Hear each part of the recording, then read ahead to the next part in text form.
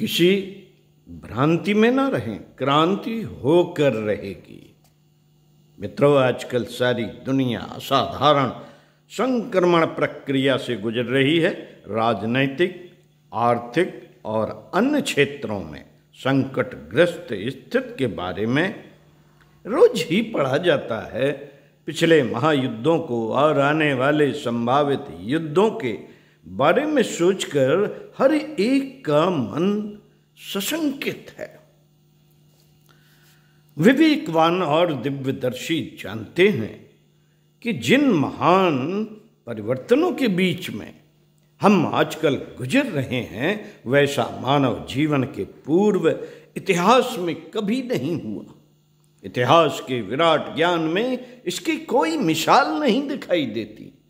हो सकता है कि हर कोई उन विषयों को कुछ भी महत्व न दे जिनके बारे में रोज सुना, देखा और अनुभव किया जाता है, लेकिन इन सब का व्यापक लेखा जोखा करने पर विचारशीलों के मन में यह अनुभूति सघन हो जाती है कि हम एक महान क्रांति में से गुजर रहे हैं, जिससे सारे मानव समाज का ढांचा पलटना अवश्यंभावी है।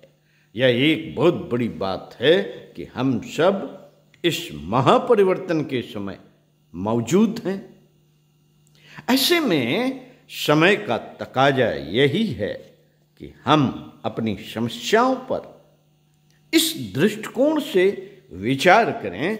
दुनिया भर में राजनैतिक, आर्थिक, सामाजिक परिवर्तन अवश्य होंगे। यह बात सुनिश्चित तौर पर कही जा सकती है कि दुनिया के जिस पुराने ढांचे के आधार पर चलकर सारा संसार पिछले वर्षों मुसीबत में फंसता रहा है, उसे बदलना ही होगा। उसे बदलना ही होगा यदि हम वर्तमान समस्याओं को सुलझाने, युद्धों को टालने, शांति और सुशासन स्थापित करने का प्रयत्न करना चाहते हैं। तो हमें इस दुनिया की नई रचना करनी होगी। नव युग का सूत्रपात ही एकमात्र हल है। यह अनुभूति स्पष्ट है कि आज जो राष्ट्रीय और अंतर्राष्ट्रीय परिदृश्य पर संकट उभरा है, उसकी जड़ें गहरी हैं। उसे मनोवैज्ञानिक कहिए या आध्यात्मिक, उसका संबंध मनुष्य की आत्मा से है। इससे अधिक एवं व्यापक उसकी व्याख्या संभव नहीं। आज दुनिया एक गहरी आत्मिक उथल पुथल से गुजर रही है। संप्रदायों के संकुचित अर्थों में नहीं, न ही पोथियों के पन्नों में कैद शब्दों के सीमित दायरे में इस सत्य को समझा जा सकता है। यह तो समस्त मानवीय चेतना का तीव्र मंथन है, जो व्यक्ति ही नहीं, राष्ट्रों की परिधि से भी व्यापक है। इसकी परिणति मानवता के आमूल चूल परिवर्तन के रूप में होगी।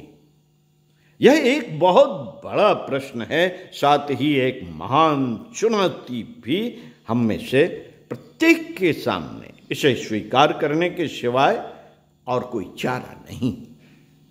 यह हम सबको अच्छी तरह समझ लेना चाहिए कि हम बड़ी बड़ी घटनाओं के अति निकट खड़े हैं।